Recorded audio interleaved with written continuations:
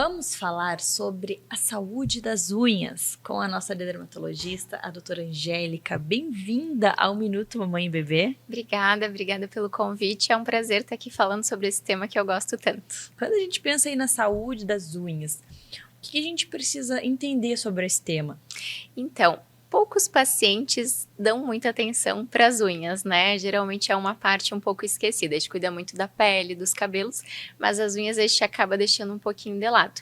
E é importante estar observando se essa unha está saudável, como que ela está no nosso dia a dia, porque algumas doenças podem vir através das unhas, como os fungos, por exemplo, né? Então, pacientes diabéticos, pacientes que já têm algumas comorbidades, têm que ter um cuidado um pouco redobrado para evitar esses acometimentos. Mas no dia a dia, a gente sabe que todo mundo, né, toda mulher principalmente gosta de ter uma unha bonita, então é importante estar observando, estar olhando para as unhas também. O que seria uma unha saudável? Uma unha saudável é aquela unha com aspecto saudável, né? Com aspecto bonito. Uma unha que não tá amarelada, que não tem pequenas perfurações, que não tem nenhuma pigmentação estranha. Então, é importante alguns cuidados para a gente conseguir manter essa unha saudável. Então, o que a gente sempre orienta as mulheres, né? Geralmente, que gostam muito de manter o esmalte, a unha pintada, é a gente tentar dar um tempo, um intervalo entre essa pintura das unhas, porque a gente precisa que aquela unha ali não esteja sempre com esmalte, porque senão ela pode começar a ficar com uma pigmentação amarelada, favorecer que eu tenha alguma infecção ali embaixo. Então, dá esse intervalo entre o uso. Muitas pacientes gostam da unha em gel, acho que a gente vai falar um pouquinho sobre ela também, mas geralmente quem acaba indo atrás para colocar, para fazer esse procedimento, são pacientes que já têm uma unha frágil, que já têm alguma doença, como psoríase, como líquen, que pode acometer as unhas, e aí isso acaba tendo um agravamento, acaba tendo uma piora. Então é importante sim dar uma atenção para as nossas unhas. Eu já escutei muitas vezes pessoas falarem, a minha unha parece um papel. Então, assim, quando a gente vê uma mulher que tem uma unha tão frágil que quebra muito frequente, com uma batidinha, assim, tem algum problema ali? A unha não deveria ser dessa forma, né? Isso. Geralmente a gente consegue identificar algum fator que pode estar contribuindo para isso. Ou a paciente acaba utilizando muito água no dia a dia, muita limpeza, produtos detergentes que acabam agredindo a unha, mas algumas vezes pode ser também alguma carência vitamínica. A gente costuma investigar, né, se tem alguma doença por trás disso, mas algumas vezes é só a própria predisposição da paciente a vir a ter aquela unha mais fraca, aquela unha mais frágil. Mas mesmo isso, tem um diagnóstico dermatológico, a gente chama síndrome da unha frágil, e existe um tratamento. A gente tem como endurecer essa unha se ela tem esse aspecto em papel. Agora, se é uma unha muito endurecida, a gente tem como melhorar o aspecto dessa unha. Existem medicamentos que a gente pode tomar para deixar a unha mais forte, para ajudar no crescimento da unha. Então, a depender da nossa avaliação, a depender do nosso diagnóstico, tem vários tratamentos, não só tratamentos, mas questões do dia a dia que a gente consegue ajustar para melhorar o aspecto da nossa unha. E quando a gente pensa nessa questão de realmente a paciente, ela sonha em ter uma unha bonita, uma unha comprida, uma unha feita, e de forma natural ela não consegue. Acaba indo no salão e usando ali os artifícios que esse mundo estético oferece, a unha em gel, enfim.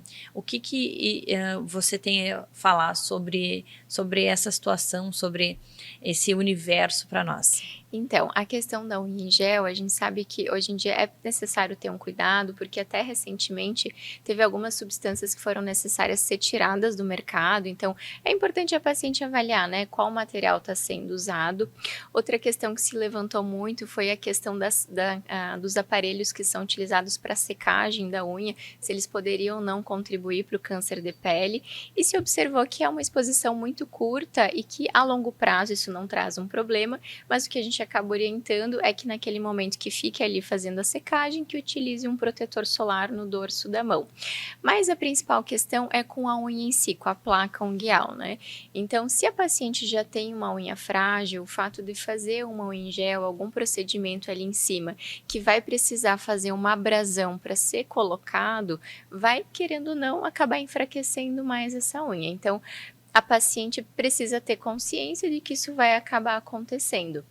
Muitas mulheres acabam fazendo para curtos intervalos, né? Vai ter uma viagem e aí quer manter aquela unha bonita por mais tempo. Então aí depois acaba tirando e a gente refaz todo um tratamento para recuperar a unha. Mas isso são situações mais pontuais. Mas quem acaba utilizando mais continuamente, é importante que faça uma manutenção. Algumas pacientes colocam as unhas em gel, enfim, e acabam não voltando para fazer as suas manutenções, né? Com a manicure que acaba fazendo. Então a gente orienta que sim, mantenha essas manutenções em dia para se manter o cuidado da unha e também mantenha o tratamento dermatológico. Então, mesmo utilizando a unha em gel, a gente consegue manter os medicamentos, manter os produtos tópicos que ajudam essa unha a ficar mais saudável, ficar mais forte, para que depois, quando eu tire essa unha em gel, não tenha surpresas. Às vezes o que acontece, alguns pacientes nos procuram depois de ficar muito tempo sem fazer a manutenção, até com algumas infecções fúngicas, infecções bacterianas, não necessariamente do procedimento, mas o que acontece é que aquela unha ficou muito tempo com aquela estrutura em cima da placa e isso favoreceu o surgimento desses fungos, dessas bactérias embaixo. Então é importante ter um cuidado, porque senão eu vou acabar tendo até risco de vir a desenvolver essas infecções associadas, além do enfraquecimento da unha. E pacientes que já têm algumas doenças de unha, a gente pode ter psoríase, a própria alopecia areata, que atinge o cabelo, ela pode trazer alterações nas unhas, e se o paciente já tem algumas alterações e acaba utilizando, né, a unha em gel, ele pode ter um agravamento, uma piora desses sintomas nas unhas. Então, se a gente perceber que tem alguma alteração, algum formato diferente, alguma cor diferente, dor, né? Hoje em dia a gente também pede para prestar muita atenção na pigmentação. A gente tem algo que chama melanoníquia, que pode vir a ser um câncer de pele na unha. É uma pigmentação mais escurecida, que surge geralmente na vida adulta. Então, se notar algo diferente na unha, lembrar, né, de avaliar, de procurar um médico dermatologista, porque pode ser um problema, mas que com certeza pode ser tratado. Olha só quanta informação e quantas pessoas não fazem a mínima noção, a mínima ideia de tudo que envolve as unhas. Eu adorei. Obrigada por trazer esse assunto, por trazer tanto conhecimento. Espero que você tenha gostado também. E se você quer entender um pouco mais sobre esse assunto, se você se interessou, você vai no Instagram do Minuto Mamãe Bebê, procura a doutora Angélica lá, fala com ela, marca sua consulta, porque aqui a gente traz algumas pinceladas. Não de esmalte muito agressivo, mas nada dispensa uma boa avaliação e uma consulta, né, doutora? Exatamente, porque a gente sempre fala que cada paciente é diferente, o atendimento é individualizado, então é importante sim fazer essa avaliação. Muito obrigada e até a próxima. Obrigada pelo convite.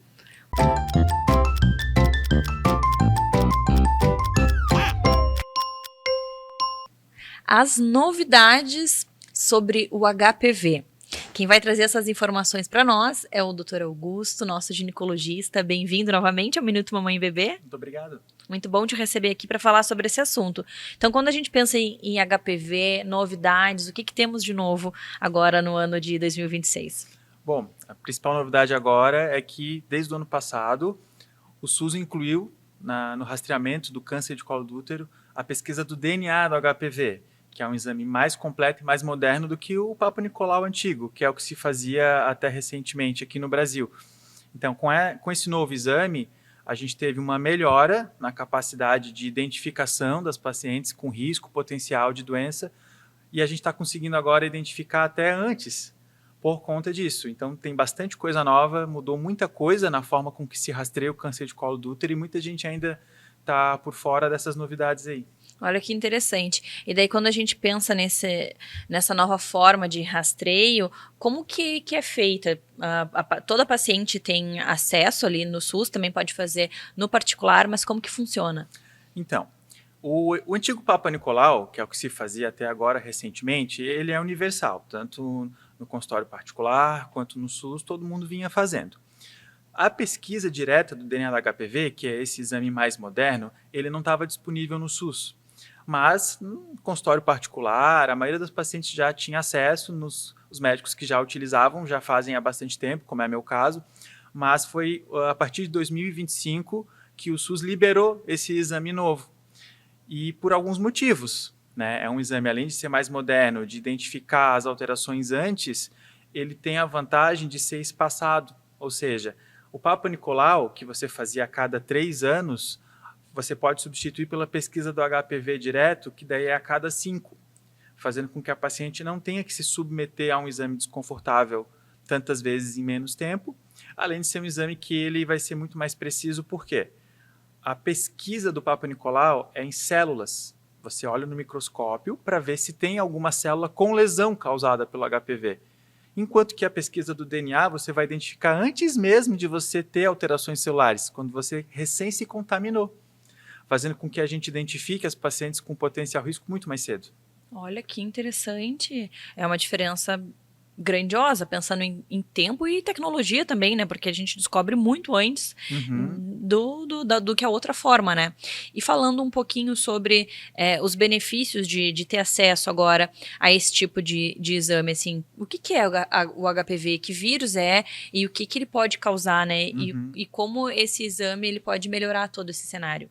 Então, Mari, ao contrário de vários outros cânceres, o câncer do colo do útero, ele é um câncer causado por mutações nas células do colo do útero que são causadas por esse vírus.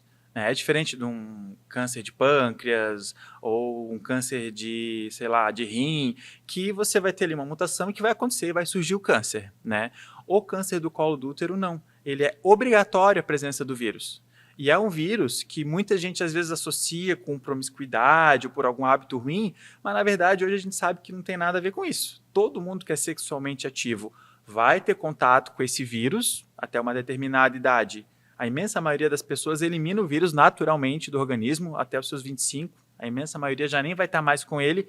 Mas aquelas pacientes que o vírus persiste no colo do útero, com o passar dos anos, ele causa as lesões pré-malignas e depois o câncer. Então, se você procurar direto o vírus, você identifica aquela pessoa que está em risco de vir a ter a doença muito antes, fazendo com que a gente possa monitorar, ajudar o sistema imunológico a eliminar o vírus e curar uma doença que a pessoa nem vai chegar a ter. Sensacional. Imagina se a gente pudesse isso para todos os tipos de cânceres, né? Nossa, seria maravilhoso. E quando a gente pensa nessa cura, a gente fez o exame, descobriu, como que é o tratamento? Então, o tratamento, quando a gente descobre que a paciente está com HPV, vai depender de alguns fatores, como, por exemplo, a idade. A gente sabe que pacientes abaixo de 25 anos, o ideal é a gente nem rastrear. Ao contrário do que se fazia antigamente, muito antigamente, quando você iniciava já o rastreamento logo após o início da vida sexual, depois passou-se a fazer a partir dos 21, e hoje a gente sabe que não tem benefício você ficar procurando HPV antes dos 25, porque a imensa maioria vai eliminar sozinho, não precisa que a gente fique fazendo procedimento nisso.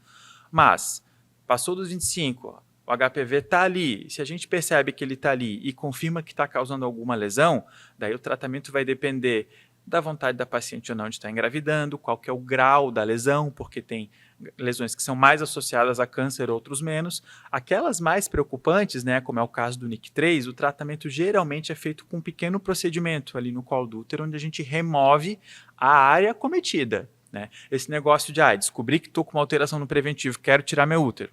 Isso não existe, porque daí você vai estar atirando um tiro de canhão para matar uma mosca, né? Isso faz muito mais estrago do que benefício.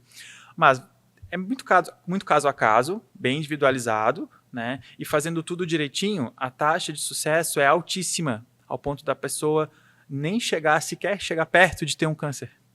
Sensacional, adorei. E quando a gente pensa em prevenção, existe? Com certeza. Hoje em dia, você já tem países no mundo que só com a prevenção estão praticamente extinguindo o câncer do colo do útero por conta da vacina do HPV, que aqui no SUS a gente já tem, né? É feito nas crianças, tanto meninos quanto meninas.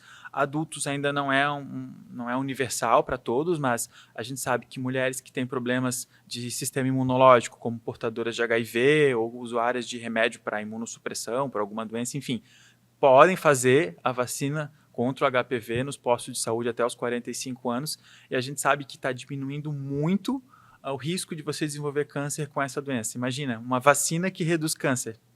E com que idade a gente começa a vacinar as crianças? A partir dos 9 anos de idade, a maioria das crianças já podem fazer, tanto os meninos quanto as meninas.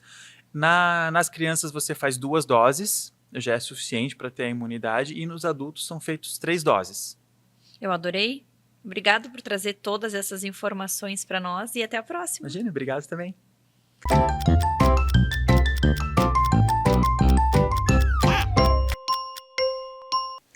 Perda auditiva congênita. Vamos entender um pouco mais sobre esse assunto com a nossa otorrinolaringologista, a doutora Marcela. Bem-vinda novamente. Muito obrigada pelo convite. O que é a perda auditiva congênita? É uma perda, é uma criança que adquire aquela perda durante a gestação. Então, a criança vai nascer com algum problema auditivo. Claro, daí ele pode ser principalmente o foco hoje, eu gostaria de trazer das causas infecciosas, que eu acho que é o mais importante, assim, que é algo que a gente consegue prevenir. Então, ele tem algumas causas ali durante a gestação. Sim. E aí você vai trazer algumas delas para nós. Sim. Principalmente pensando em coisas que a gente consegue prevenir, né? Então, por exemplo, a criança, se ela vai ter alguma mutação, algum problema genético, alguma malformação, isso é uma coisa que vem desde a constituição do DNA da criança ali. Mas coisas que a gente consegue prevenir, evitar um problema ali durante a formação do embrião, é, por exemplo, as causas infecciosas. Então, vírus, bactérias, algumas coisas que hoje já existem vacinas, e outras que a gente sabe como prevenir e os pacientes não se cuidam, tá? Então fala um pouquinho para nós sobre essas situações, sobre vacinas, Sim. Conta tudo para nós. Então, por exemplo, antigamente uma grande causa de perda auditiva era a rubéola, tá? E hoje a gente vê praticamente zero para pacientes com relação à perda auditiva decorrente da gestação, que pegou rubéola na gestação, porque a vacina é obrigatória, né? Então, hoje, o que a gente vê de pacientes que sofreram com essas sequelas são pacientes adultos, já passou essa onda. Agora, o que está em vigência no mundo inteiro é o citomegalovírus. É uma virose que não é detectado, não é, na verdade, rastreado na gestação, na grande maioria das vezes. Isso é um problema, tá? Ainda não é estabelecido pelo Ministério Público a obrigação no pré-natal de rastrear a doença. A Associação da Ginecologia e Obstetrícia, eles já recomendam, porque pode ter sequelas no recém-nascido, tá? E uma delas é a perda auditiva. A perda auditiva já pode nascer, no caso desse vírus, ao nascimento, já ter ali, numa pequena porcentagem dos bebês, mas tardiamente também pode aparecer. Então, a criança com 2, 3, 4 anos de idade pode começar a perder a audição progressivamente por causa desse vírus. E a outra etiologia que também eu acho muito importante ressaltar aqui é a sífilis. A sífilis, há muitos anos atrás, a gente tinha um controle maior. Hoje ela é uma doença sexualmente transmissível, né? E hoje as pessoas, elas não se protegem mais tanto. A gente tem taxas cada vez maiores de sífilis na transmissão entre os adultos e também para as gestantes, que a gente chama de sífilis congênita, que dá diversos problemas ali para o recém-nascido, não somente auditivo. O auditivo, na verdade, é o de menos. A gente tem outras coisas ali que envolvem a saúde do nenê. Então, hoje, os dois principais, mas muito mais ainda, o citomegalovírus, são grandes causas de perda auditiva ali na criança quando eles vêm de caráter congênito, ou seja, adquiriu o bicho, o patógeno, durante a gestação. E quando a gente pensa nessas situações, tem como descobrir e fazer algum tratamento? Ou uma vez, a mãe tem sífilis, o bebê já vai nascer com problema? Como que é essa relação?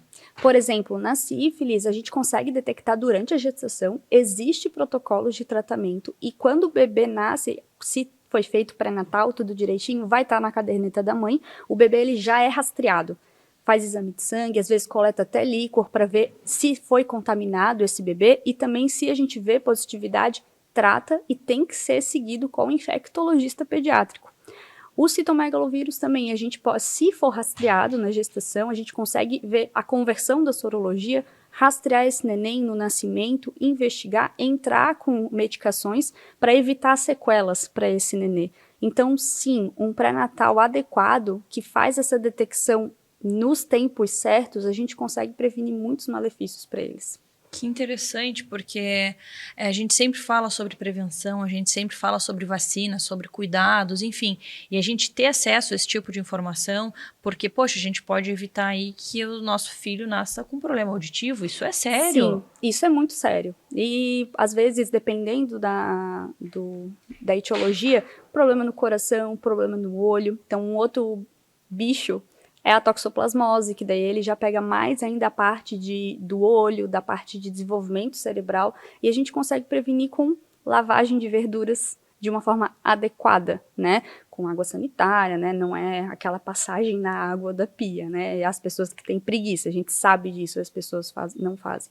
Então, uma gestante, ela comer um buffet livre é um pouco complicado, porque tu não sabe como foi feita aquela higienização. Será que foi feita de uma forma adequada? A gente recomenda as gestantes fazerem mais em casa isso, né? Se for para comer fora, comer as coisas mais cozidas, garantidas, né? Que dá para comer. E são pequenas coisas, e por isso que a gente reforça tanto o pré-natal, por isso que a gestante tem que fazer tantos exames. Não é só a questão de pressão alta, a questão de diabetes, mas aquelas sorologias todas, HIV, sífilis, toxoplasmose, a gente sempre rastreia.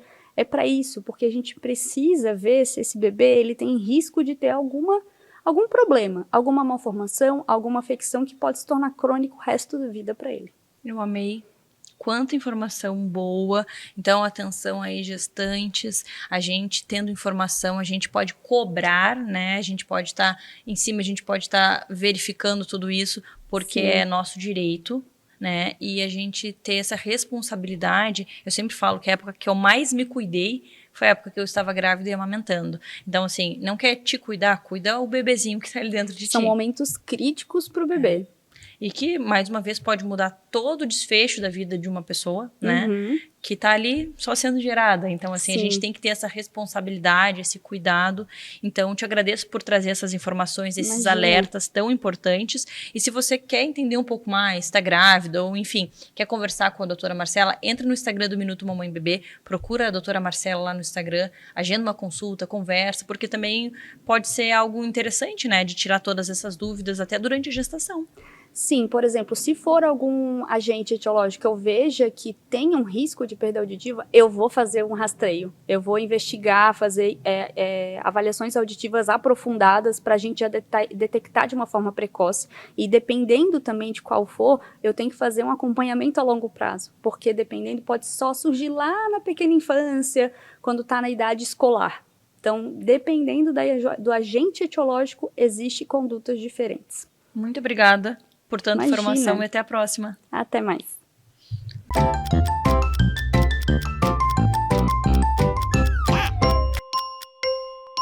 Verão e os olhinhos das crianças.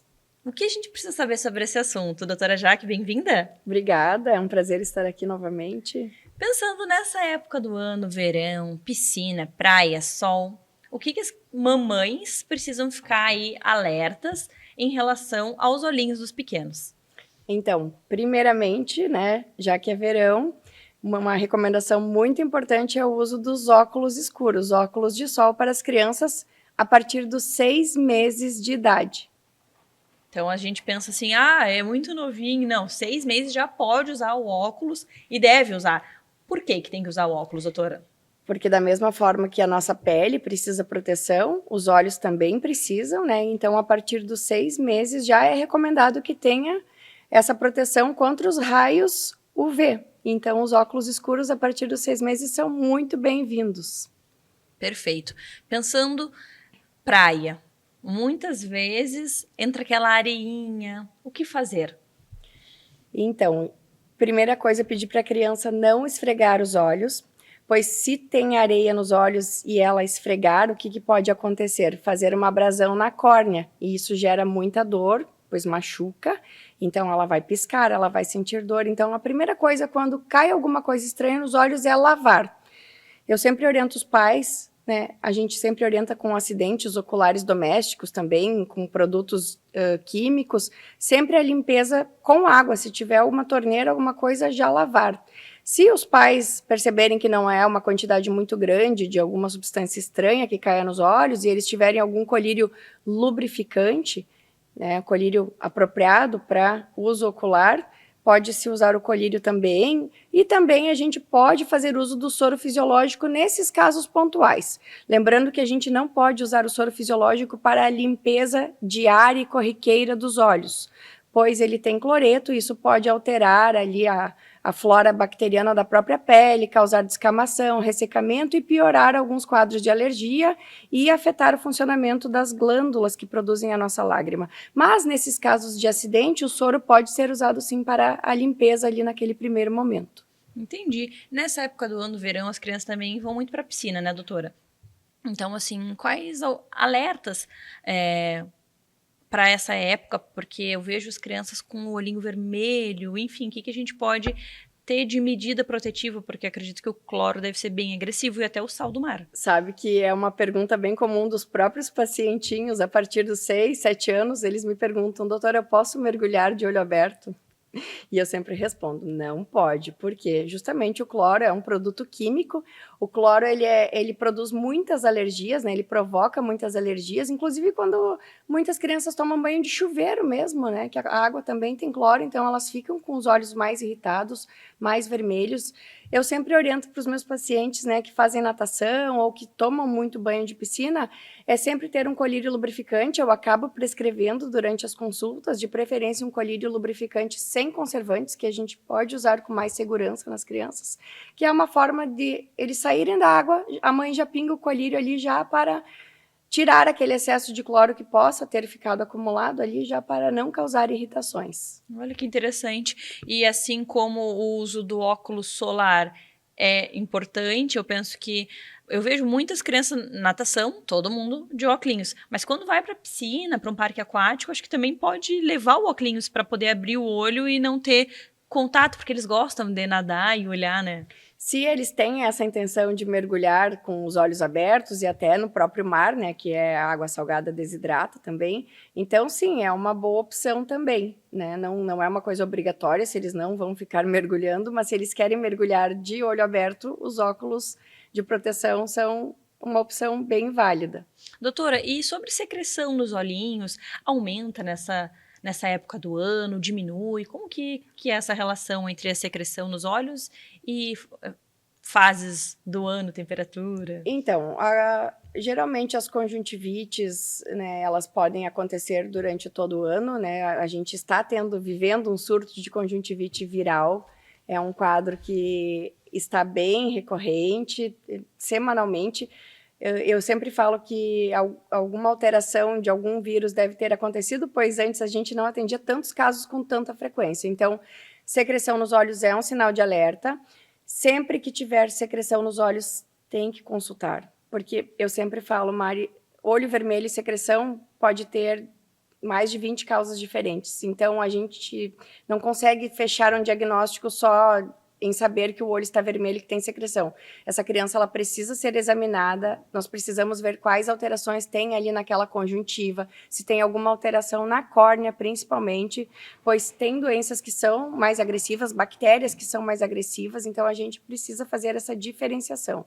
E olha como é importante a gente fazer ter essas precauções, porque, por exemplo, às vezes a criança foi para a piscina e ficou com o olho vermelho. Daí a gente não sabe o que é. Então, se a gente sabe que a criança foi para a piscina, usou óculos, né, de natação, óculos de mergulho, então tá vermelho, então é alguma outra coisa, né? Exato. E assim, geralmente quando a criança vai para a piscina e fica com os olhos vermelhos, se isso é uma coisa normal de acontecer, comum de acontecer com ela, os pais sabem. Geralmente quando é algo mais agressivo, é um quadro mais exuberante, a criança ela pode sentir dor, ela pode sentir mais ardência, então isso é um motivo de alerta e os pais devem levar o quanto antes para uma consulta oftalmológica. E vem acompanhado de febre, doutora? Depende do quadro, tem algumas conjuntivites que, principalmente causadas por alguns tipos de vírus, que elas podem acometer, né, a garganta, o ouvido, e também é um vírus que pode acometer a conjuntiva, então pode provocar febre. Eu adorei, obrigada por todas essas dicas, vou colocar em prática com certeza, já quero saber qual é o colírio indicado. Muito obrigada, até a próxima. Até a próxima.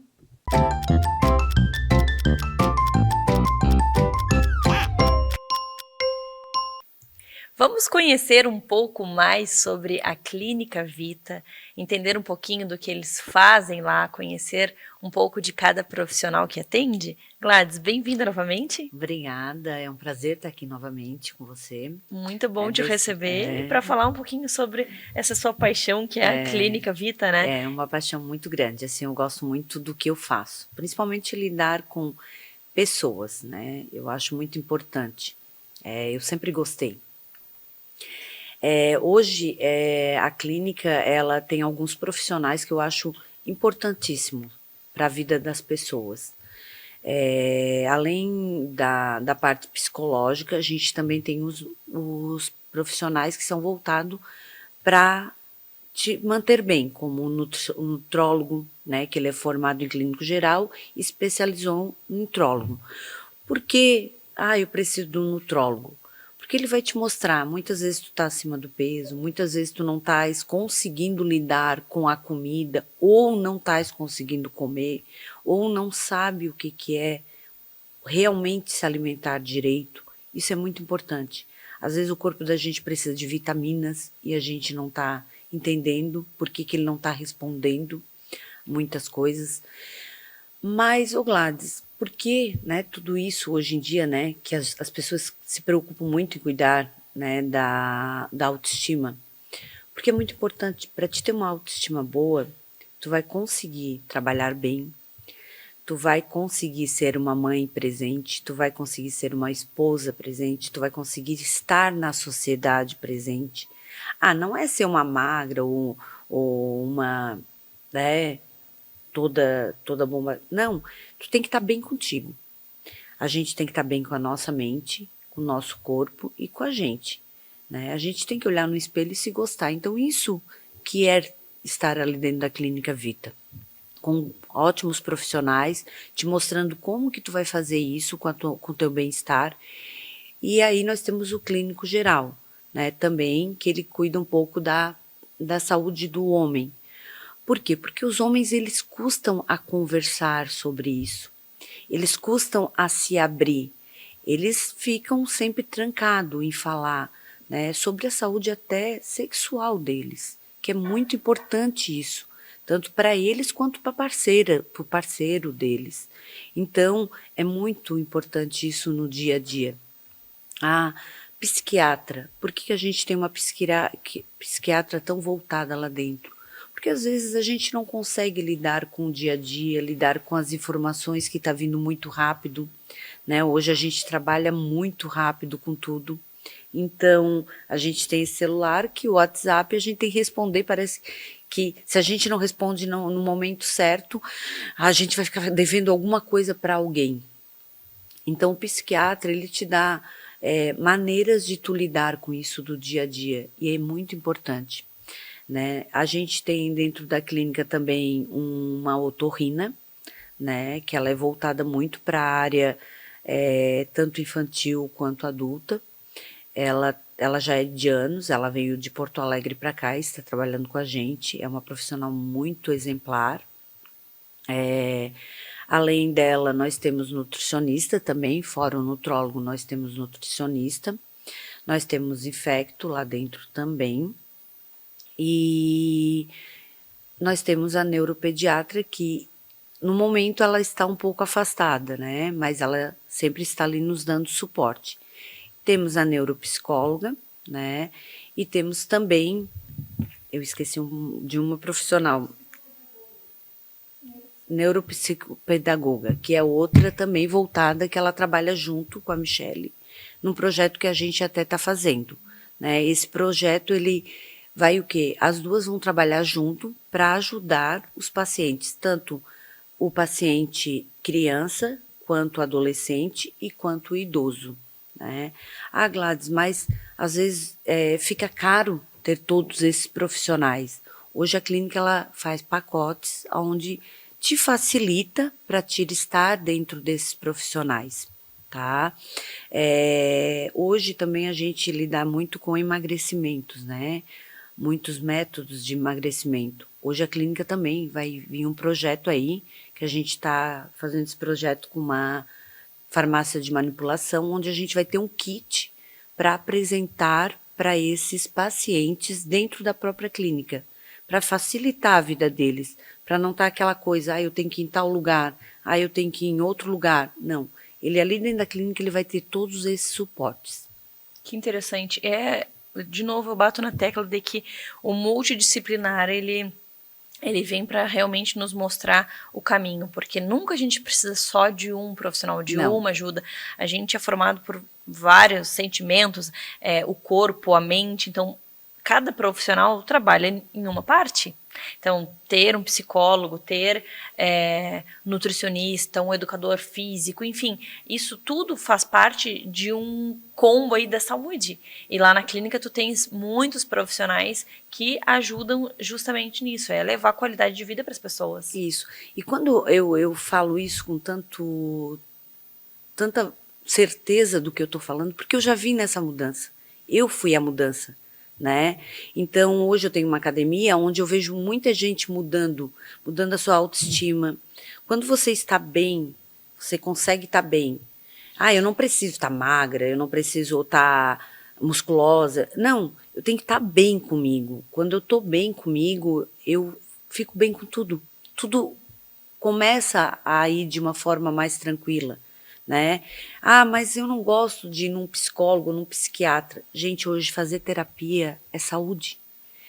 É importantíssimo, tanto para a gente, quanto para os nossos filhos, quanto para o marido, quanto para parente. É importantíssimo, porque é saúde. Eu tenho até uma cliente que ela tem 92 anos na academia, e ela chegou de bengala, e hoje ela não usa mais a bengala, e ela vai todos os dias. Por quê? Porque a gente precisa fortalecer o nosso músculo, para a gente ter uma velhice mais tranquila, para a gente poder fazer as coisas sem depender dos outros, que é o que acontece com os bebês. Quando eles nascem, eles não precisam da gente ali, tentando ensinar eles todos os dias como é que faz as coisas. Hoje a gente precisa disso um pouco. E fora isso, eu acho que como é que o teu espaço ele é importante para a gente mostrar tudo isso e para os teus espectadores estar interagindo com a gente e buscando o bem-estar deles todos os dias, né? Porque a gente fica tanto nesse digital que às vezes a gente se perde muito, né? É verdade. E lá o interessante é que vocês atendem crianças, adolescentes, adultos, terceira idade, porque todas as pessoas merecem ter qualidade de vida, todas as pessoas merecem ser olhadas, ouvidas, e eu percebo que é esse o objetivo da Clínica Vita, receber a família inteira, o homem, a mulher, a vovozinha, os filhos, né? E esse acolhimento para a família inteira em todas as áreas. Isso mesmo, é isso que a gente pretende fazer lá dentro da Clínica Vida e constituir isso lá dentro com os profissionais. Eu adorei. Obrigada. Obrigada também. Por falar um pouquinho mais para nós sobre os profissionais que estão lá, por nos contar um pouco do dia a dia da clínica, do trabalho de vocês e até a próxima. Até a próxima. Obrigada.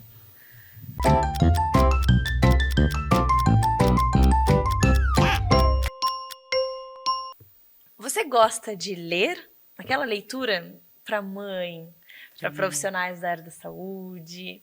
Hoje eu vou conversar com a Elo sobre o segundo livro que ela escreveu e eu vou deixar aquela presente para nós. Bem-vinda novamente. Obrigada, Mari. Bem, assim, um momento cheio de coisas para trazer aqui, né, de informações para compartilhar. Então, o livro é Um TDAH em Casa. É um livro pensado para mães, para famílias, para pais também, para avós. A intenção é trazer informações para as famílias que acabaram de descobrir um diagnóstico ou estão achando, acreditando. E aí é todo o que a família pode fazer, né? O que a família pode passar a proporcionar nesse ambiente. Então, essa é a ideia. A gente está vivendo um momento de muitos diagnósticos. Sim. Muitos, se for fazer um cálculo dentro da sala de aula, sempre tem. Sim. Né? E acho bem oportuno o momento. Sim, para ter esse material para leitura. Porque qualquer diagnóstico para uma mãe é pesado, mas às vezes porque a gente não tem informação. Exatamente. E é bem importante falar assim, né? Todo esse meu repertório como professora, vivi essa fase muito como professora, assim, de lidar com as crianças na sala de aula. E aí, por muito tempo, eu fiz a orientação para as escolas, né? Sempre como neuropsicopedagoga. Depois vi o momento de estar fazendo essa orientação como terapeuta, né? Trabalhando com a criança no atendimento. E aí foi nesses momentos que eu percebi o quanto a família estava sem orientação. Porque a escola está sendo orientada e está agindo. A profissional lá dentro do espaço age, né, e faz a terapia ali de uma vez na semana.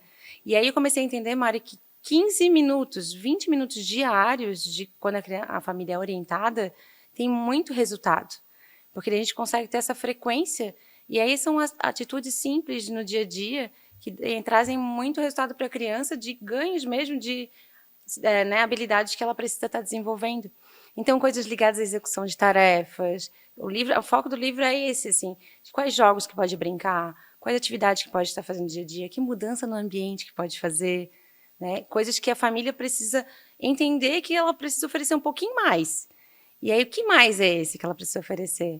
E com uma fala, né, a intenção é ser uma escrita voltada mesmo simples, sem teoria, não é um livro teórico para falar sobre TDAH, né? É um livro para a família entender como que ela pode estar agindo. Que necessário, Né? Elo, que importante, porque a gente podia dizer que é um norte para essas famílias, porque a gente tem o diagnóstico do filho, aí o filho tem terapia, a escola já tem os profissionais lá, mas e a mãe que está lidando Sim. pela primeira vez com tudo isso? E com uma carga horária, né, imensa. E a gente vai pensar o quanto ela pode estar oportunizando, né, de aprendizado mesmo. Então, muitas vezes os pais me perguntavam, tá, qual jogo?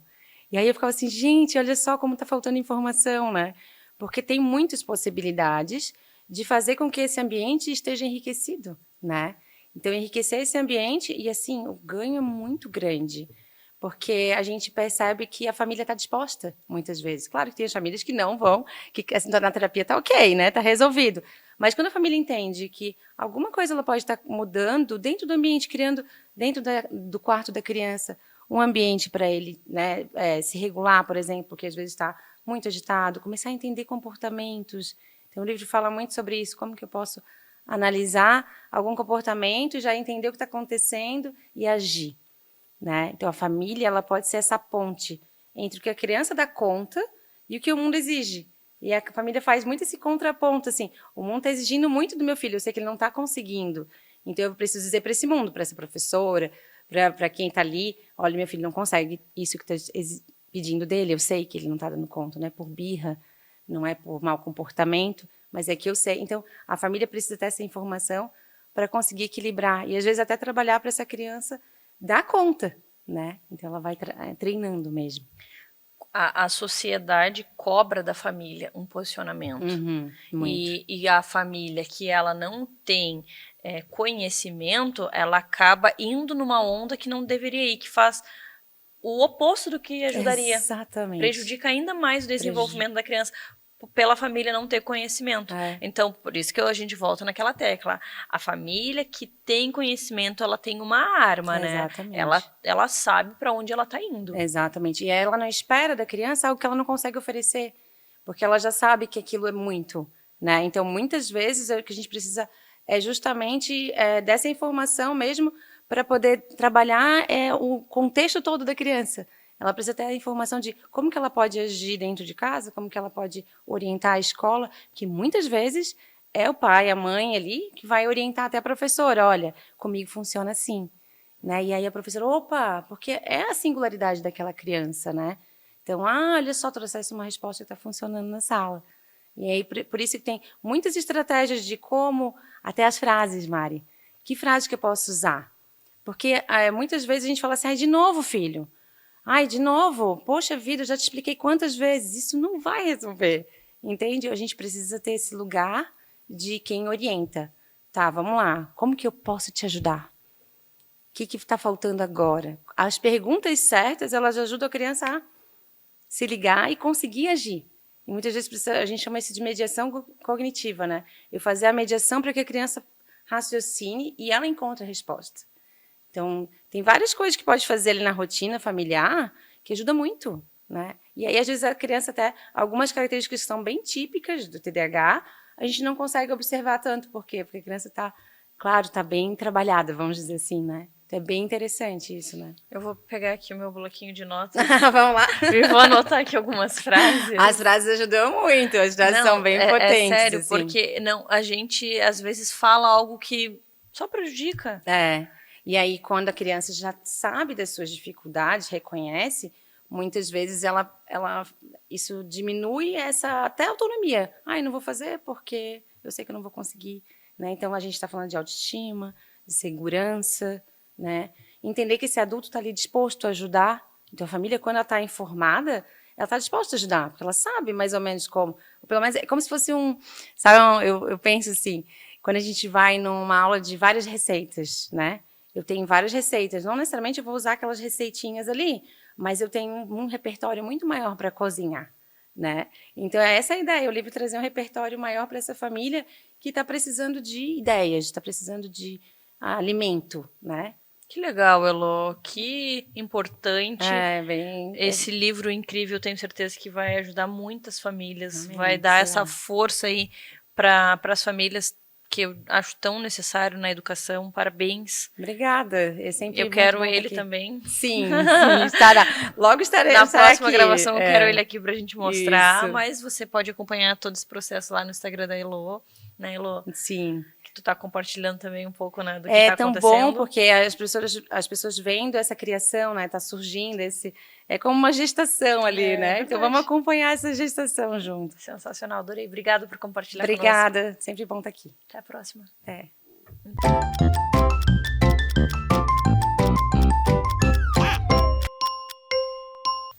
Doenças autoimunes. Doutora Ana trouxe esse tema, eu acho bem importante a gente falar sobre isso. A nossa médica integrativa, bem-vinda novamente. Olá, Mari, é sempre maravilhoso estar aqui, trazendo muita informação, conhecimento para todos.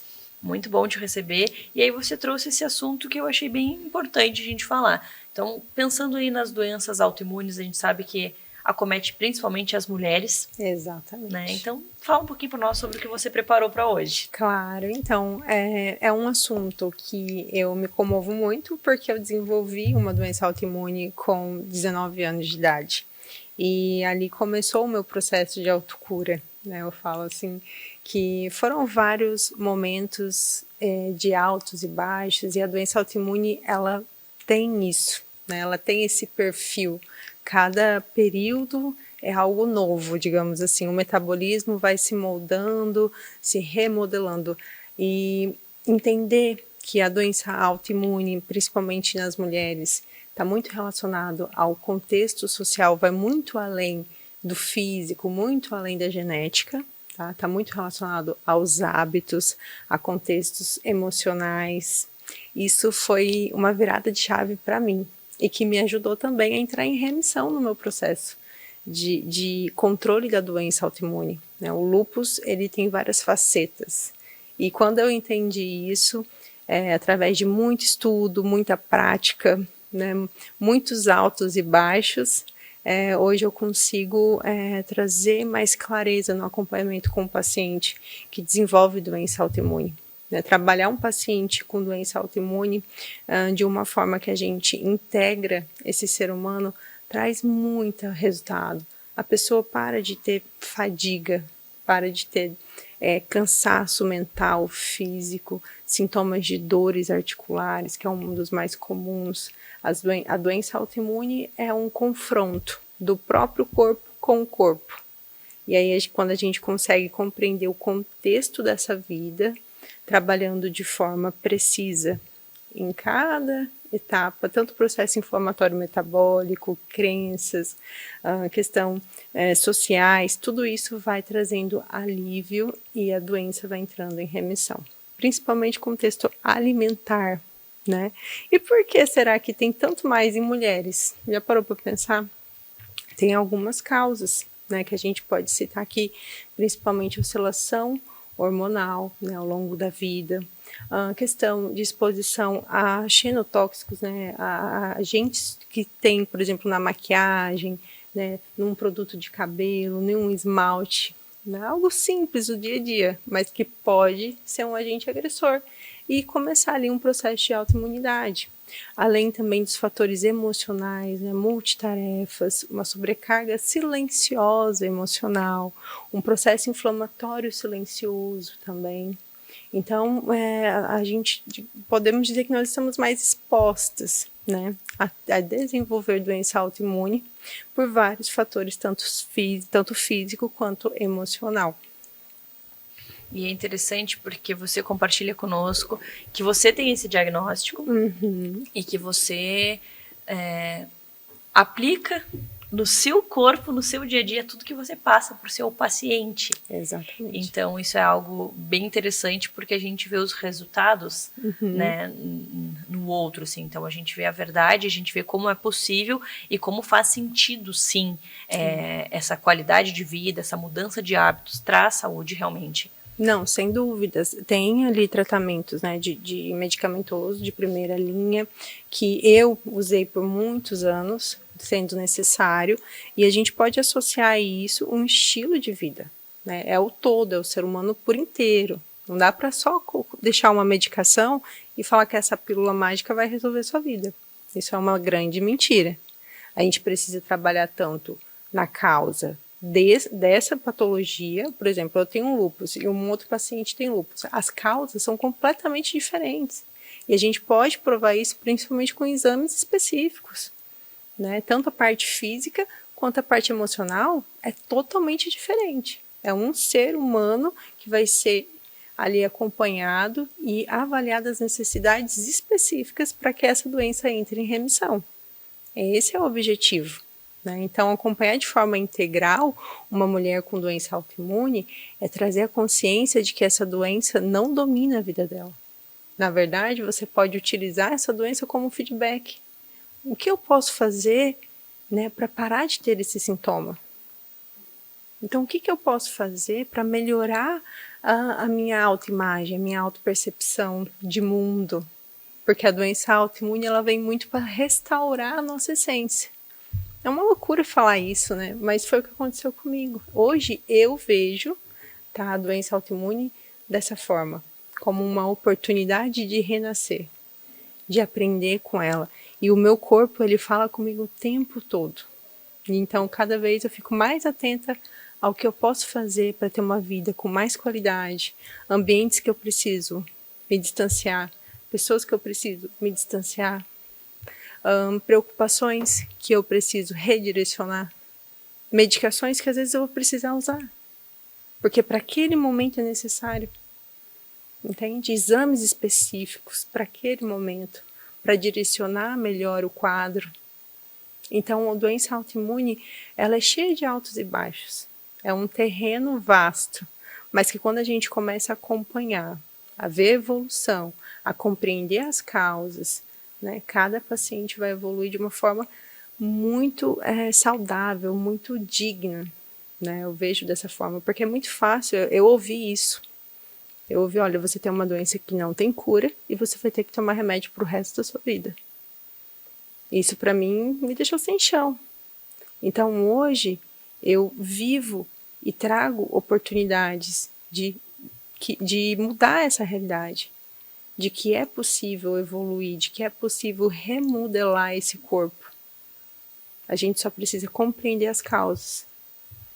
Sensacional, obrigada por compartilhar conosco um pouquinho do que você vive, um pouquinho do que você faz e até a próxima. Muito obrigada, é sempre maravilhoso estar aqui, que eu possa acrescentar na vida de muitas pessoas.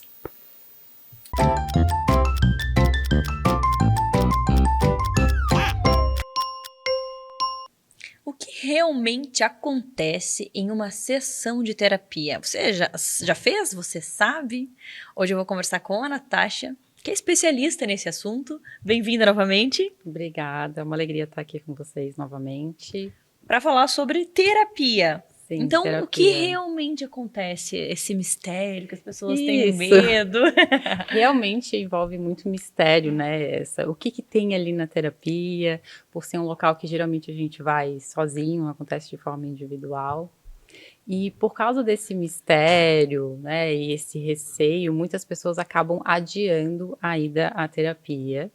E algo que poderia já ter resolvido, né, algo que ela já está carregando sozinha há bastante tempo, poderia já ter sido resolvido.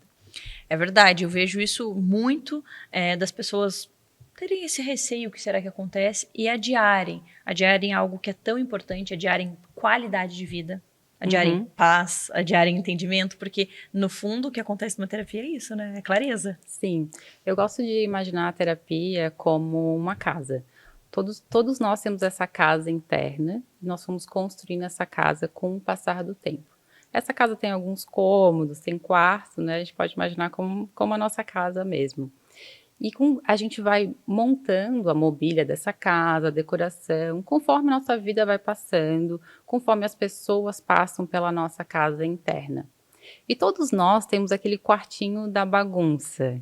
Aquele quartinho que a gente pega algumas coisas que não fazem mais sentido, que eu não estou usando, e eu coloco lá naquele quartinho. E eu vou lá, guardo naquele quartinho.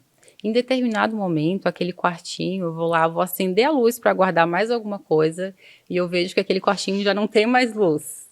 Então, eu só vou guardando e não consigo mais enxergar. O papel do terapeuta é ir junto com o paciente, abrir aquele quartinho. O terapeuta tem uma lanterna e vai poder te ajudar a olhar para aquele quarto e verificar o que tu queres abrir ali daquelas coisas que você foi guardando, mas que elas não deixam de incomodar, porque elas não deixam de estar, né, elas estão dentro da sua casa, elas fazem parte disso. Mesmo que a gente guarde nesse quartinho da bagunça, aquilo ali está fazendo parte da tua vida de alguma forma. Então, o terapeuta vai junto contigo abrir esse quartinho da bagunça. E é importante a gente pensar que a terapia ela não é somente um desabafo. Por trás da terapia existe todo um método. O método da gente poder compreender o que está acontecendo. Então, pensando nessa casa, vamos olhar para essa casa, vamos compreender o que está acontecendo aqui, elaborar. Então, olhar para essa mobília, se ela faz sentido com o teu momento atual, como é que ela foi construída, olhar para o teu passado. E depois, a cereja do bolo, que todo mundo deseja, que é a transformação. Só que a transformação, ela só pode acontecer depois que a gente criou todo um suporte. Então, a terapia, ela nada mais é do que esse passo a passo para a gente construir um suporte para o que precisa ser transformado. Porque muitas pessoas me falam, Natasha, eu não vou para a terapia porque eu já sei o que eu preciso mudar. Só que, ok, a gente pode ter clareza do que a gente precisa mudar. Mas se eu não consigo, não é porque eu simplesmente não quero, ou porque eu tenho preguiça ou algo assim. É porque eu não tenho suporte para dar esse passo a mais na minha vida. Então, o terapeuta, ele vai ajudar a criar esse suporte. Eu costumo pensar assim, que nesse quartinho da bagunça, talvez a gente abra e descubra uma caixa antiga, que talvez tenha ali alguns brinquedos antigos, um ursinho de pelúcia, que a gente quer resgatar e colocar novamente na nossa casa. Então, para isso, a gente vai precisar criar uma prateleira para colocar esse ursinho, e aí o terapeuta ele vai estar ali. Como é que vamos criar uma prateleira? Será que você tem algum recurso? Será que tem alguma madeira aqui na sua casa que a gente já pode verificar para construir uma prateleira? Então, o terapeuta ele está ali para te dar esse suporte para que você consiga colocar novamente algo antigo e que faça sentido na tua vida e que torne a tua vida ainda mais, né, satisfatória. As pessoas muitas vezes acham que o terapeuta ele vai te dar as respostas dos teus problemas. E, na verdade, com o terapeuta, você vai conseguir enxergar certas coisas que, às vezes, a gente não tem muita clareza, assim. Tu sabe que tá ali, mas tu não quer mexer. Ou quando tu olha, tu acha que é de um jeito, e aí tu vai comparar. Aí, às vezes, só da gente falar, a gente já entende a questão, né? Sim, e a relação terapêutica é algo muito importante, porque independente da abordagem, os estudos demonstram que a relação terapêutica é o fator mais importante para o sucesso da terapia. Então, como é importante a gente ter segurança com o nosso terapeuta, o terapeuta proporcionar um espaço de acolhimento. Então, essa relação é que ela vai ser definidora para o sucesso da terapia. Tanto que as pessoas muitas vezes trocam de terapeuta. Não, Sim. agora sim eu me encontrei. Então é interessante a gente ter, às vezes, até procurar ver, né, nas redes sociais Sim. qual é a linha, qual a abordagem, para a gente se identificar, Exato. porque é uma relação que a gente cria, né? Uhum. E é uma relação muito importante, muito bonita. Eu digo assim que é a relação que eu crio com meus pacientes, assim, eu chego a me emocionar, sabe, com esse tipo de relação, que não existe uma relação, eu digo assim, que a gente não é amigo, mas eu torço pelos meus pacientes, assim, então é algo muito emocionante essa relação. Porque é um momento muito genuíno, é um momento ali que a pessoa se abre e Uhum. fala às vezes dos seus defeitos, fala às vezes de algo triste, então é de confiança, de entrega ali com o profissional que está nos ouvindo e nos acolhendo, né? Exatamente, que a gente possa ser realmente quem a gente é, que a gente possa ir para a terapia assim, de uma forma de relaxada, de entrega, né? Isso que é muito importante. E assim, as pessoas falam, quanto tempo dura um tratamento com um psicólogo? Eu sempre falo, né, que tem que ser eterno, que todo mundo tem que fazer terapia pro resto da vida, né? Sim. Porque tu resolve as situações ali, mas vem outras, e daí ele vai te ajudando a trabalhar tudo isso, né? E assim, acho que é importante também o terapeuta ele poder pontuar, né? Você veio com uma questão inicial, ela já está resolvida, você gostaria, né, de dar sequência? A terapia, ela tem início, meio e fim, né? Então é importante que as pessoas saibam que elas podem iniciar a terapia e parar em determinado momento, não precisa ser pro resto da vida. Eu tenho alguns pacientes que têm esse desejo, né, de continuar, que continuam bastante tempo, né, alguns anos comigo. Mas tem outros que vêm, ficam 6 meses, 1 ano, finalizam e tá tudo ok e seguem sem terapia. Que legal, eu adorei. Obrigada. Obrigada. Adorei aí a questão da casa. Sim. Acho que ficou bem legal de entender. Obrigada por dividir conhecimento conosco e até a próxima. Obrigada também, até a próxima.